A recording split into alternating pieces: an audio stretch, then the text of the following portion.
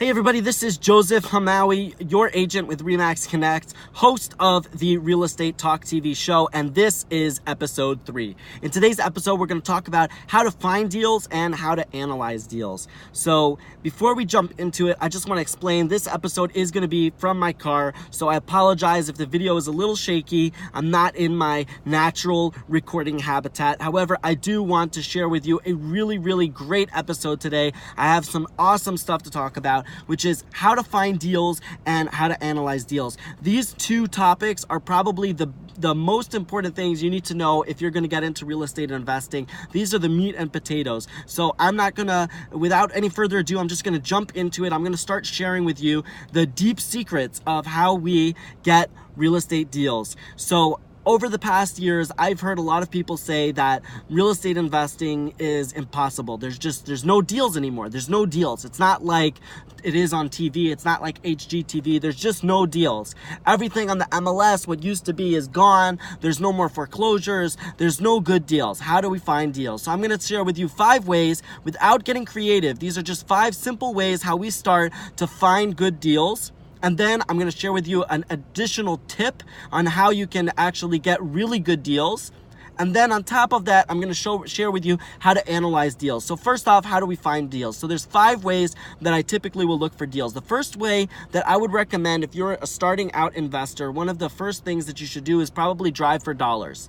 Now, driving for dollars is going to be a little bit difficult. It's going to take a little more work, but especially if you're just starting out, this is probably one of the most important ways where you're going to learn your market. And what I mean by that is driving for dollars is you just drive around your neighborhood or your target neighborhood. So if you're not investing in your own neighborhood, which is probably advisable, most of the time the neighborhood you live in is not necessarily the neighborhood you want to invest in.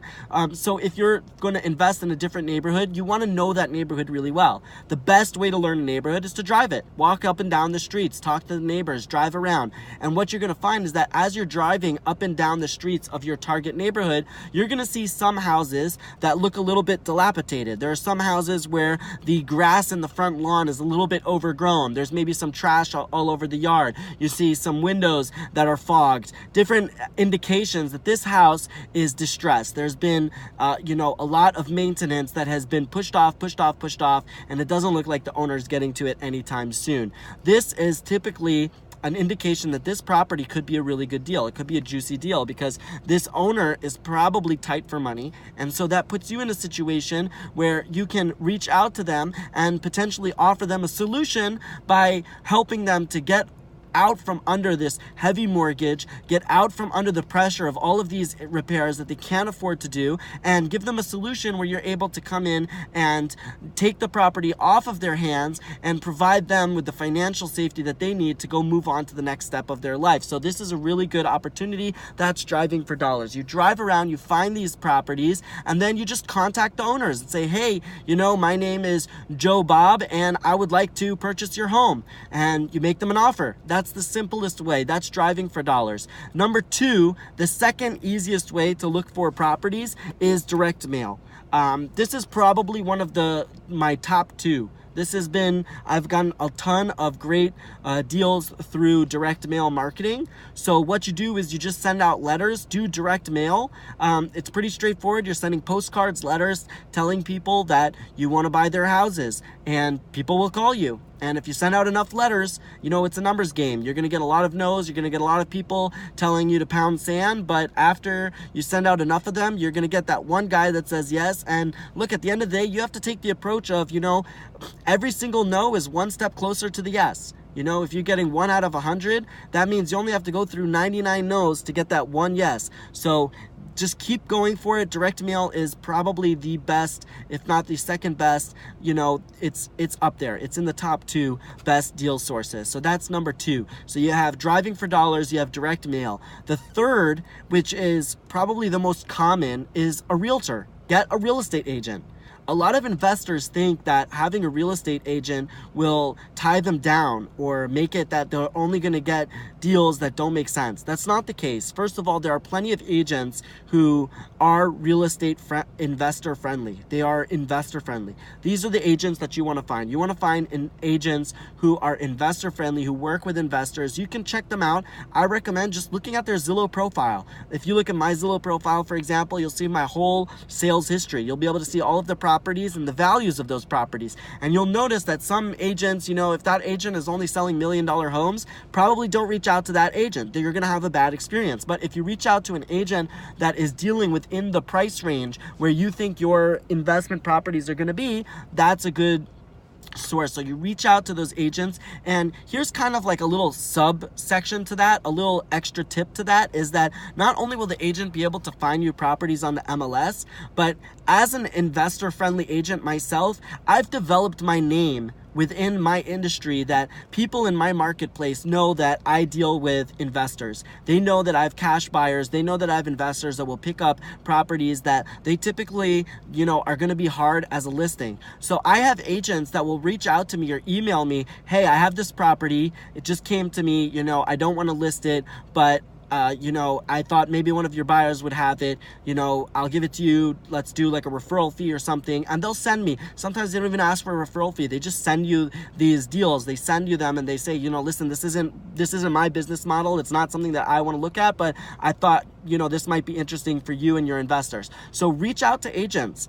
Agents are friendly with agents. They work with agents every single day, and they get deals that aren't on the MLS as well. So it's important that you get a good real estate agent, someone who understands investors, understands what you want, and then you want to also make sure that, that agent is also reaching out to other agents. Make sure that they do that. One of the things I like to do in all of our offers, whether we get an accepted offer or not, I always respond to that agent and say, hey, listen, I'm sorry this deal didn't work out, or congratulations, I'm so happy this deal worked out. By the way, I have investors besides this one who is looking for more properties, and this investor is looking for more properties. Send me anything you have that's similar to this that might be interesting to an investor. And we get lots of deals that way. So definitely, get a real estate agent. That's probably like that one and direct mail are probably the main two. Getting deals from other agents that kind of send it to you under the table, and getting, properties through direct mail. Those are probably the two biggest lead sources for me, myself personally. But I would say get yourself an agent. Fourth is property managers. A lot of investors use a property manager, and they're typically investors who are out of state or foreign investors. They're not local. They're not managing the property themselves. They got a property manager, and they develop these big portfolios. Well, over time, some of these investors want to cash out. Maybe they want to sell their, portfolio of single family homes, and they want to go into a large multifamily or a commercial building.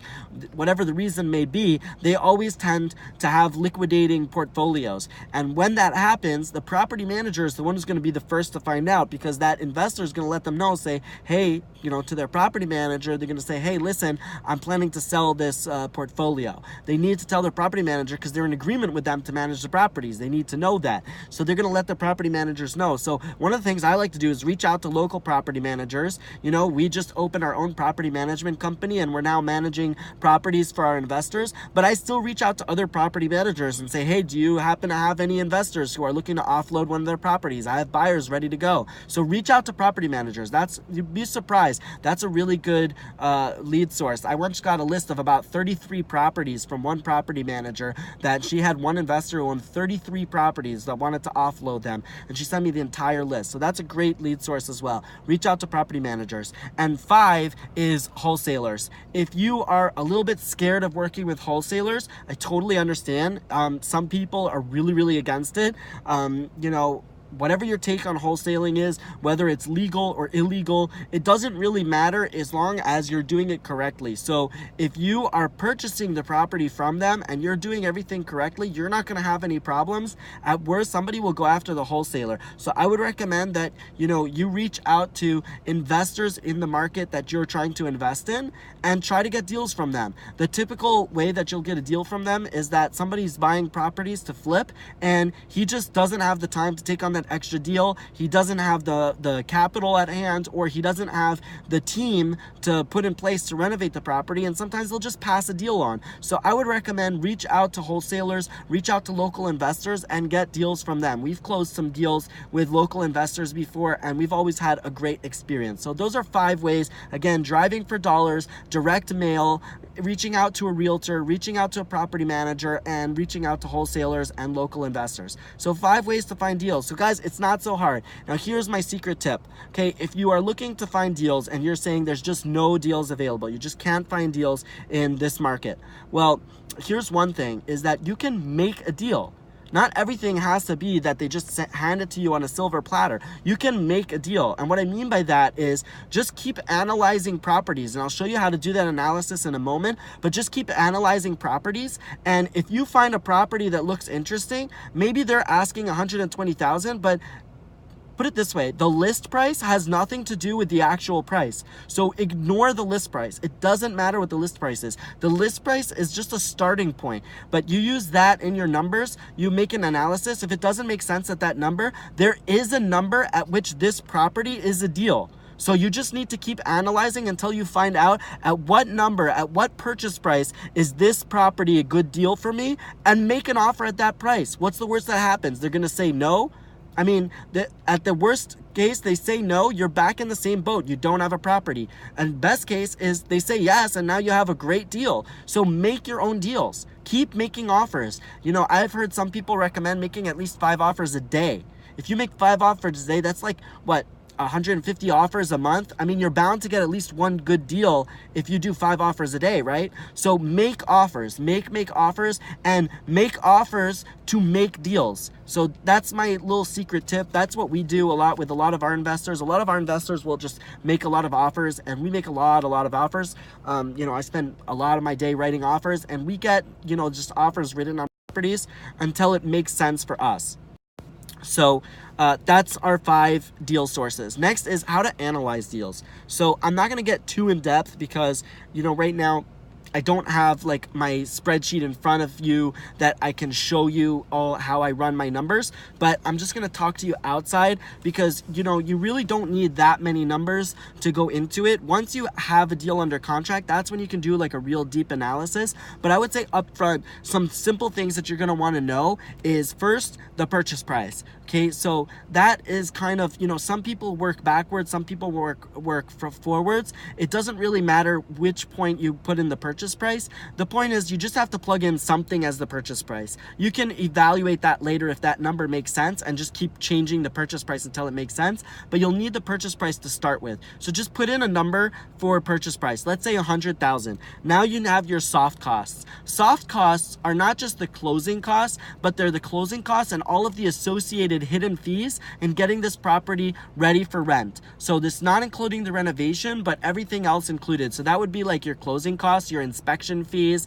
If you have a lender, all of your lender fees. That would include turning on the utilities. If you're going to do a renovation, you're going to need to turn on the utilities. And some people might argue with me on this. They might put this as an expense, but I put this as as part of the soft costs of tenant placement. If you're going to have a management company place a tenant, advertising, whatever you're going to do to get your property rented, I view that as part of the soft cost. That's part of the acquisition. So put all those numbers in there, your carry costs. You want to get basically just a rough number of how much your closing costs are going to be. And listen, if that's going to be too much for you to get so detailed, don't bog yourself down with that. Just use like a simple number, say maybe 2% of your purchase price. Use that for your number for closing costs and just evaluate it like that. But just, you know, use a number for soft costs. Try to be accurate. If this is going to be a cash closing, you know, here in Jacksonville, cash closings are not going to cost you more than about $945,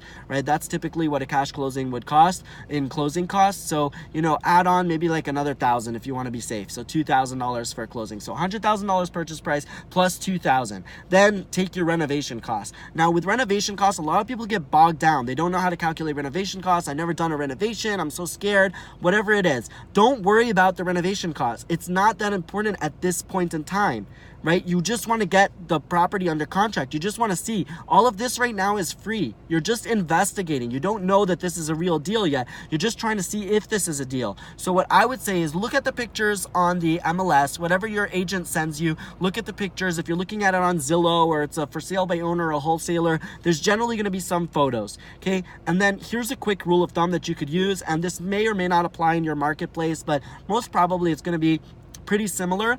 But what I like to use is if the property looks like it's ready to go, like brand new, ready to go, I like to typically use about $5 a square foot. I imagine that when they show you in the photos that it looks brand new, there's going to be some things we're going to find. If you take about $3 to $5 a square foot and you calculate that in as your renovation costs on like a fully turnkey, ready to go property, you're in good shape. If it's about a medium renovation, you know, look at the properties. If it looks like it needs some cosmetic work, but you know, like the roof looks like it's okay, it doesn't look like you're going to replace, you know, a lot of stuff in the house, use $10 a square foot. And if you want to be, if you think it's going to be a full renovation or you're a little bit nervous, use $15 to $18 a square foot. If it's going to be like a full rehab, that's a pretty good rule of thumb. That should be right around where your pricing is. And you know, at worst, you'll be a little bit on the high side. So that's a good rule of thumb for calculating your renovation. So let's just take for the example, $20,000. Let's say your renovation comes out to $20,000. So you have a $100,000 purchase price with $2,000 soft cost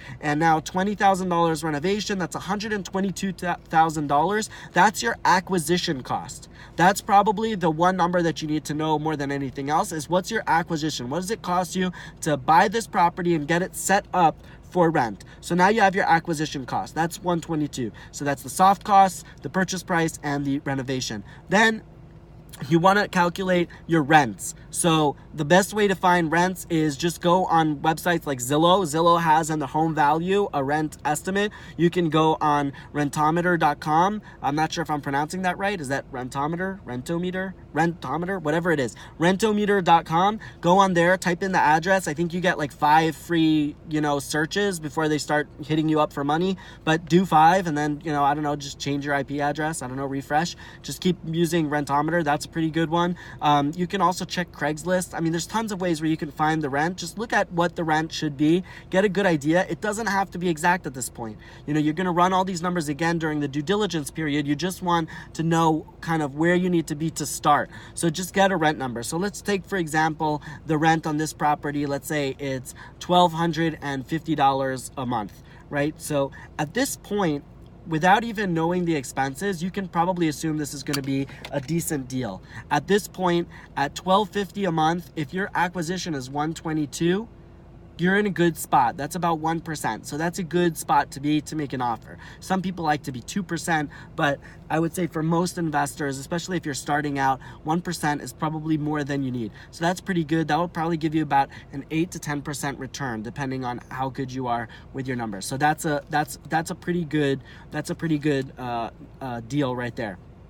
The last thing you're going to want to know is what your ongoing expenses are. So this is more to understand what your cash flow is going to be. And that's really important to know up front, but it's probably less important than knowing what number you need to be to make a deal. So I would say if you can get 1%, that's a pretty good deal.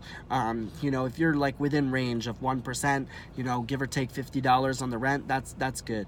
But let's get into the expenses. So expenses, you're going to need to know what your expenses are. So some expenses off the top that you're going to have is your property taxes, you're going to have insurance costs, and you're going to have property management. Those are the 3 main things. You may have an HOA and you may have other expenses, like if your state requires you to pay certain utilities for the tenant, you may have those expenses. So there may be other expenses involved, but that's the typical expenses you need to know. And then to calculate out what your return is going to be, just take your net income. So take your rent, multiply it by 12, so you get the annual. Take away some vacancy, whatever the amount of period and time per year that you think your property is going to be empty, take that out, and then whatever you're left with, take out expenses, and that will give you your net income. That's your income after all of the expenses. If you take that net income and you put that over your cash out, whatever your total acquisition cost was, that will give you your cap rate. That will let you know what your return on investment is. And then if you're using finance financing, it gets a little bit more tricky. So we'll maybe do another video on that. But if you're doing financing, your cash on cash rate would be pretty much the same. It's basically going to be your down payment plus your soft costs and renovation. You take that number, that will be your acquisition cost, and then just take your net income and divide it by that. That will give you what your percentage is for your cash on cash rate. Typically, cash on cash rates, if you're financing, will be, at least what we're seeing, is about a point or two higher than if you were purchasing with cash. So you actually make a little bit more money if you leverage than if you're paying cash. Now, that's not to say there are other pros and cons of purchasing with cash versus financing. You could also refinance. So there's other ways to get into it. We'll make other videos. We'll talk about that. But do me a favor. If you're watching this video on YouTube, I've just shared with you 5 ways how to find deals, a secret tip on how to make deals, and how to analyze deals. If you enjoyed this video, if you think this was helpful, do me a favor and give me a thumbs up, like this video, subscribe to my channel, let me know that you care, let me know that you like what's going on, shoot me some comments below, give me some feedback. I live off feedback, so give me some feedback. And if you're watching this on Facebook or Instagram, do me a favor, like this, share this, show me some love. I really appreciate it, and I hope you guys have a happy day of investing.